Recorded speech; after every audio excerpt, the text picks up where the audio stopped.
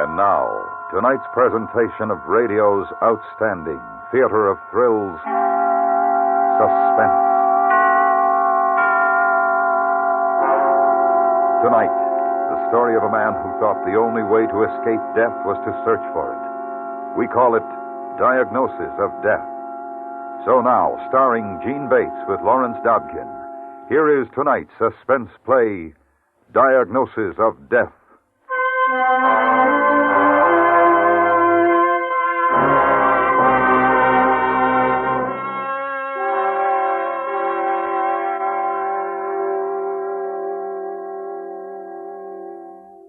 Come in, Martha, come in. I hope you don't mind my dropping in without an appointment. No, of course not. Sit down. Oh, thank you. Your nurse said Simon had already left. I suppose he'd call this snooping, but I think I have a right to know. Oh, Martha, I'm glad you dropped in. I tried to call you at home just a few minutes ago. Well, then it is serious? Well, right now I'm not speaking about Simon's health. A rather unfortunate thing has happened. Well, not an accident. In a sense. Now, I'm not even sure that anything is wrong. But if there is, I'm going to need your help. Well, of course, but what are you talking about? Let me start at the beginning. Simon had a 1 o'clock appointment here with me. I was to give him a final report on all the tests we've run on his condition. Yes, I know that. He wouldn't tell me much about it. I knew he was worried, of course, but he's such a hypochondriac. Yes, he was very worried. So was I. Oh, I didn't realize. Well, just over an hour ago, he arrived for that 1 o'clock appointment. Now, I happened to be upstairs in consultation with another doctor, and Simon was in the waiting room. Miss Herrmann says he was very nervous, naturally. Oh, yes, but... Well, he was there in the waiting room when I phoned down to ask Miss Herrmann to read me a lab report that had just come in. This was a report on another patient, not on Simon. Yes. And Miss Herrmann should have checked the door to the waiting room, but she thought it was closed. Evidently, it had swung open again. Simon must have heard everything she said over the telephone. But what... He heard her tell me that he was here for his appointment, and then immediately after he heard her read the report. And he would have no way of knowing that it wasn't his. He must have thought it was. Well, what do you... Well, I'll read you the last sentence of the diagnosis that he overheard. Oh, here. The patient's condition is definitely malignant. In a stage too far advanced for successful surgery. Fatal results are indicated in from 1 to 3 months. Oh, Jim. Then when Miss Herrmann finished and looked out, Simon was just leaving the waiting room. She called to him, but he wouldn't answer. He hasn't been back. Now, I've tried calling his office, your home, but no luck. Oh, poor Simon. He must be miserable. Poor dear, he's such a pessimist anyway, always ready to believe the worst. Now, if what I believe is true, he's in an extremely emotional state right now, Martha. Oh, yes, it's just like him, jumping to conclusions, getting all upset when all he had to do was wait to see you. Well, his report wasn't like that, was it? Oh, no, he's not seriously ill, nothing like that. Nothing can't be set right with a few weeks of treatment. Martha, Simon left here believing that he was going to die. A slow and pretty painful death. Well, we've got to tell him it was a mistake. Martha, I don't think you understand yet just how serious this might be. Well, what do you mean? You don't think Simon would do anything like that? I think anybody faced with that situation might. I think we've got to find him, Martha, as quickly as possible.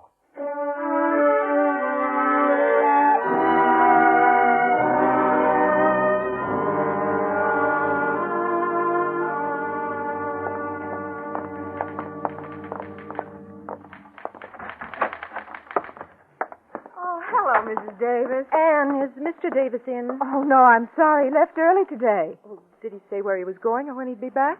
Well, no. He said he wouldn't be back. He was leaving for the afternoon. Oh, Jim. How long ago did he leave? Oh, less than an hour, I think. He came back here after he left my office.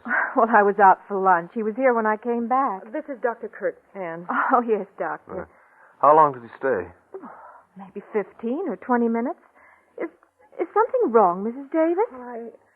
We don't know yet, Anne. I hope not. You don't know where Mr. Davis might have gone. Did he have any business appointments? Well, one with Mr. Gaffney, but he told me to cancel that. Didn't say anything else? No. Did he seem upset? Well, I don't think so. A little preoccupied, perhaps.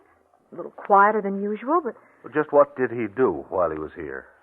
I don't know. He was alone in his office. Oh. May I look in there? It's just possible. Oh, of course, Doctor. This way. Thank you.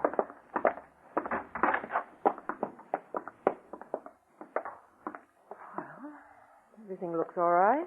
What's this? That's strange. It's addressed to me. Open it, please. It's a check for $250. Oh, I don't understand. Well, there's a note, too. Would you read it, please? Summers, thank you for your excellent services. I regret I will no longer need them. Enclosed is a check for 1 month's pay. You may finish out the week and then you're free. Refer all of my clients to Benner and Brown, if you will, please. Sincerely, Simon Davis. Jim. Now, this may not mean what you think at all, Martha. He believed he was very ill. Naturally, he'd expect to give up his business. Let's us not jump to conclusions, too. Mrs. Davis, I don't understand. What's wrong? Anne, Simon thought he was going to die. He may have decided to... Oh, no. Oh, Mrs. Davis, I'm sorry. Now, there may be no danger. But even if there isn't, we've got to find the man, relieve his mind. You can help, Miss Summers. Oh, yes, of course. If you get on the telephone, call any place you can think of he might have gone. All right. If you find him, tell him he must talk to me, that what he thinks isn't true. He's not going to die. Jim, maybe we should call the police. Well, maybe. Actually, we don't know that he's planning anything. No, but maybe they can help us find him. Yes, I suppose you're right. Dr. Kearns, Yes? there is something I forgot to tell you. You asked if he did anything strange. Yes. Well, while he was in his office, he wrote a letter. What was strange about that? Well, it was in longhand. He didn't dictate it to me. Oh. And then he brought it out all addressed and stamped and asked me to mail it. Told me to take it right out and drop it down the chute by the elevator. Oh, was that unusual? No, but just before I dropped it down the chute, I looked at the address. Well? It was addressed to you, Mrs. Davis.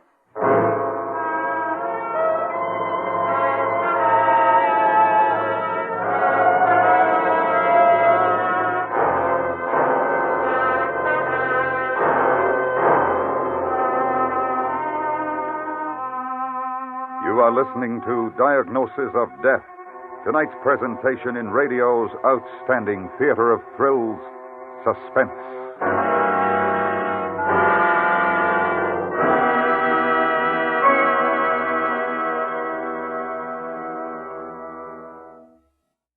The case of the jealous wife is a perfect example of how criminal gangs rise and fall.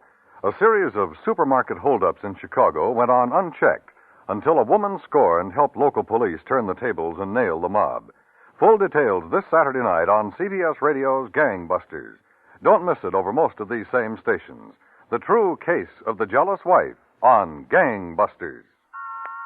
And now we bring back to our Hollywood soundstage Gene Bates with Lawrence Dobkin, starring in tonight's production of Diagnosis of Death, a tale well calculated to keep you in suspense.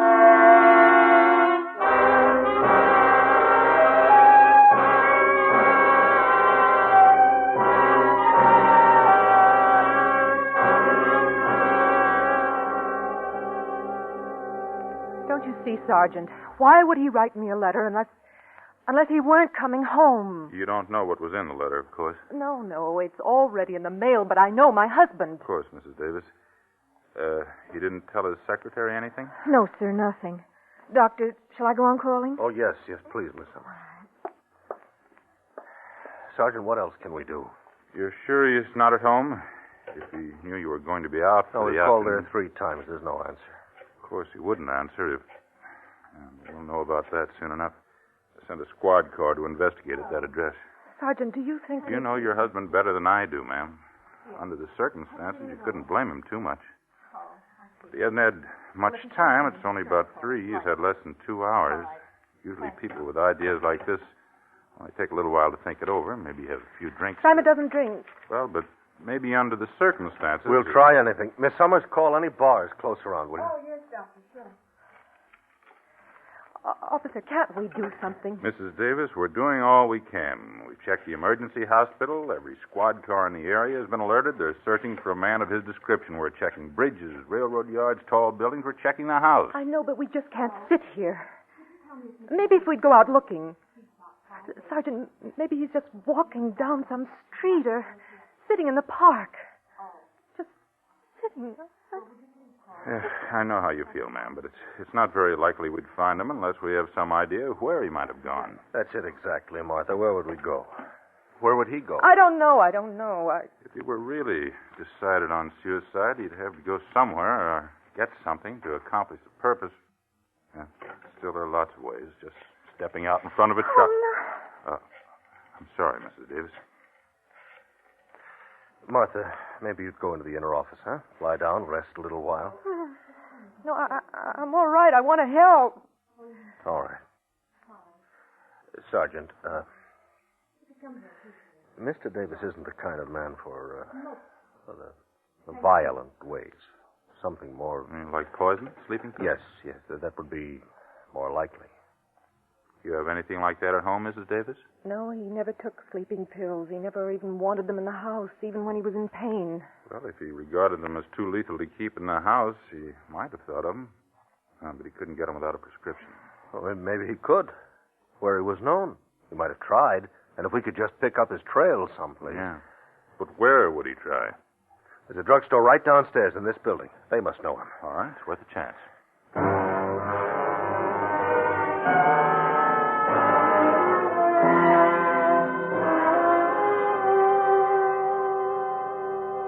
Yes, sir? Of course I know Mr. Davis. He was in just a little while ago. What did he want? Well, as a matter of fact, he wanted some sleeping tablets. But he didn't have a prescription, so of course I couldn't supply him. As you know, You didn't sell him any? Well, I'm telling you, I couldn't. I was sorry to disappoint him. I told him to phone the doctor. That would be enough. And they could send the prescription over later. But he wouldn't stop to phone. He was in a hurry, and he said he'd be back. And was anything wrong? No, but if you should come back, stall him and notify the police. Why, of course, officer.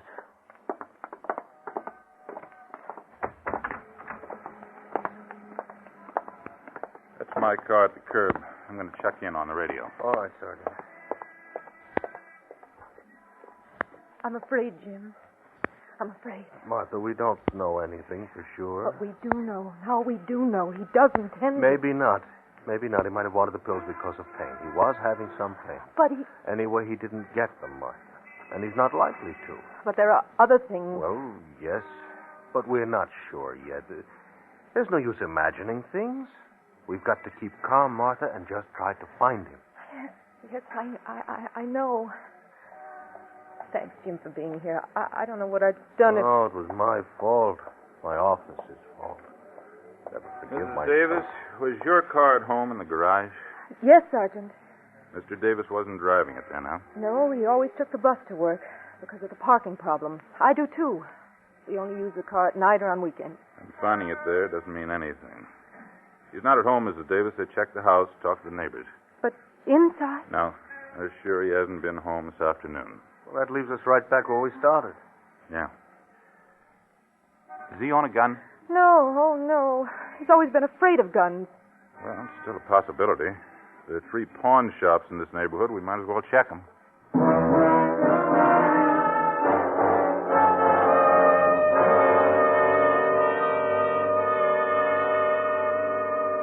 I don't sell no guns to no guys without they got a permit. Now, you know that, Sergeant. I don't draw no beefs from you guys. Do I stay in business otherwise? Tell me that. Let me see the book. Sure.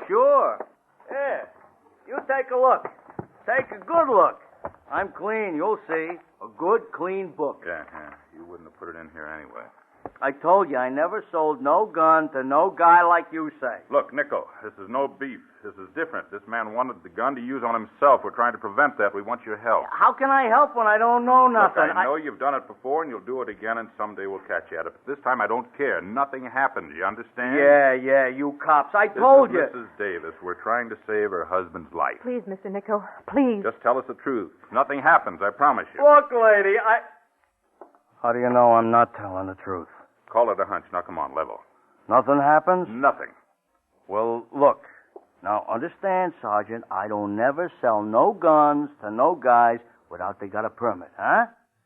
But, this wasn't, really no gun, see? You did sell him something. Well, yeah, a guy looks like you said, only it was kind of a special gun. You sold him a gun? Well, now, wait a minute, lady. That's what I'm trying to tell you. You got nothing to worry about. Go on.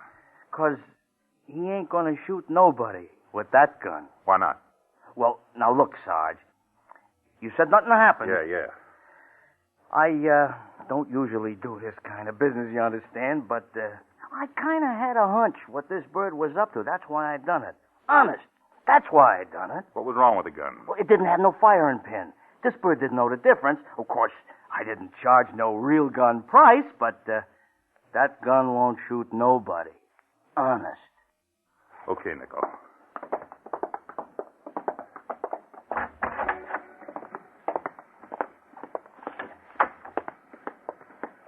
What do we do now, Sergeant? Well, we might as well cruise around a little. One thing, we're only a few minutes behind him now. Nico said he was in a little after 3, about a half hour ago. Kind of gone far. All right. Mrs. Davis? Martha, get in. Don't you see, Jim? It means he really had decided. Yes, but he won't succeed, Martha, not with that gun. No, but if he really wanted to... Simon. Martha, come on. We'll find him somehow. Yeah. Get in, Mrs. Davis. All right.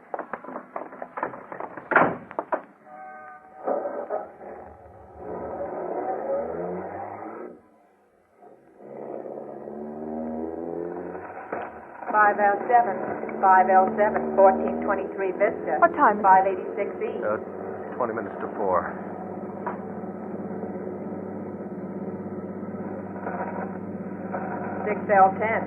$6L10, 916 West 21st, 484 I have a feeling report. we've got to find him quickly. I don't know why. Martha, just keep calm. There's no use torturing yourself by imagining things. 1814 Jefferson Park, West Side, Georgia Street entrance, man with the gun. Wait a minute. What? This is 1LY10. I'll take that call to Jefferson Park. 1LY10, Roger. 1814, cancel your call to Jefferson Park. 1LY10 will handle. Park? You think that... I don't know. We'll see.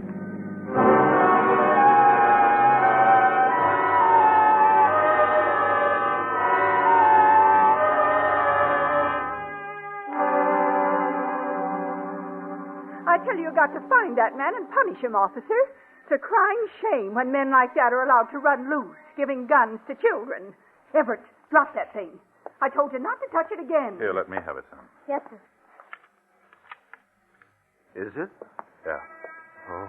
Son, where's the man who gave it to you? Well, he didn't exactly give it to me, mister. He dropped it in the trash can over there. But he didn't want it anymore, honest. It wasn't stealing. I know, son, but where's the man now? Well, he got on the bus over there at the corner. Going which way? That way? How long ago? Well, about 10 minutes. 10 minutes. Oh, Simon. All right, come on, we'll get him. Mister, What, son? I know why he didn't want the gun. It don't work. Everett, you tried it. You tried to shoot it. You The wait bus. till your father hears It's about our it. bus. He's taking the bus home. It also ends up out at the lake. The lake? We should be able to beat the bus there if we hurry.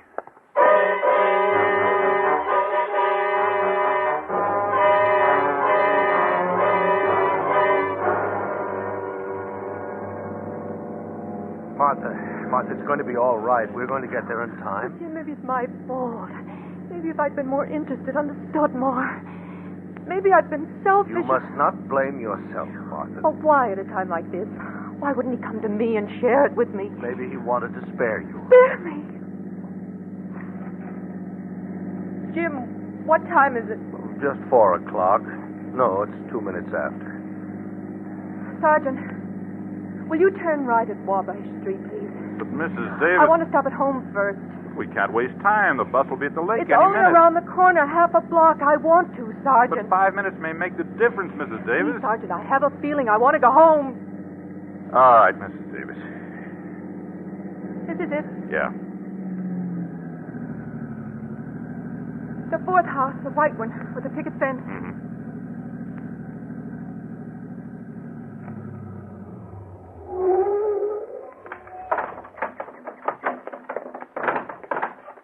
Everything looks peaceful enough. We'll go inside and look just to make sure. Hurry, hurry.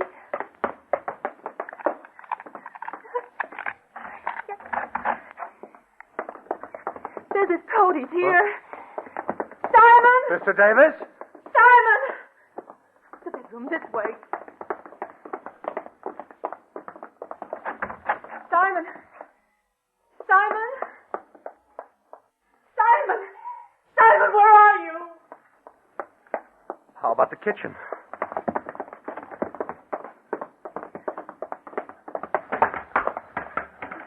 Oh. Are there any other rooms? No. His coat. He was wearing that coat. And he wouldn't go out again without it. Not in this cold. Hey, wait. Where's the back door? That way. Oh, yes, hurry. The garage. Motor is running. Come on. That's exhaust smoke. Come on. Yeah.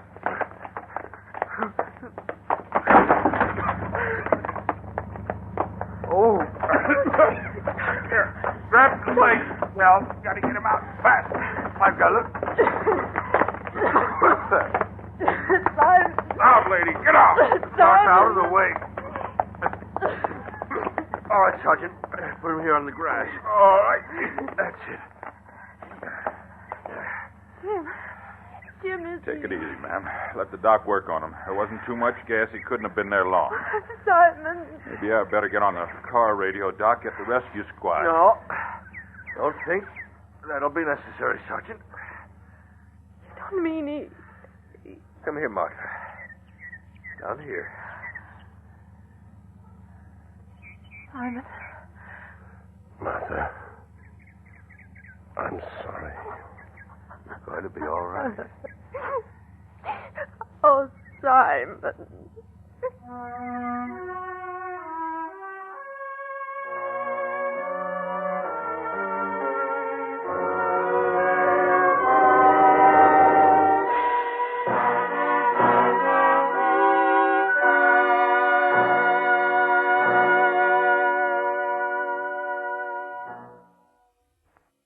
Suspense, in which Jean Bates, with Lawrence Dobkin, starred in Diagnosis of Death by John Dunkel.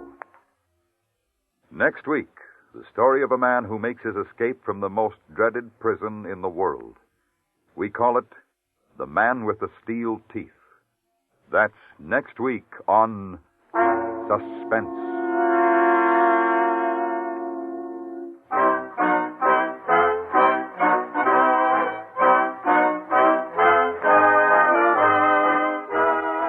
Suspense is produced and directed by Anthony Ellis. The music was composed by Lucien Morawick and conducted by Lud Gluskin. Featured in the cast were Jerry Hausner, Barney Phillips, Charlie Lung, Trudeau Marsden, Richard Beals, and Helen Cleve. Charles Boyer stars as Alphonse Bertillon, famous French detective who proved crime could be solved in the laboratory, Sunday night on the Radio Hall of Fame. Bertillon proves the unidentifiable can be identified by revolutionary new means, or at least means revolutionary at the time. CBS Radio presents the Radio Hall of Fame, starring Charles Boyer, Sunday night on most of these stations. You enjoy City Hospital every Saturday in the daytime on the CBS Radio Network.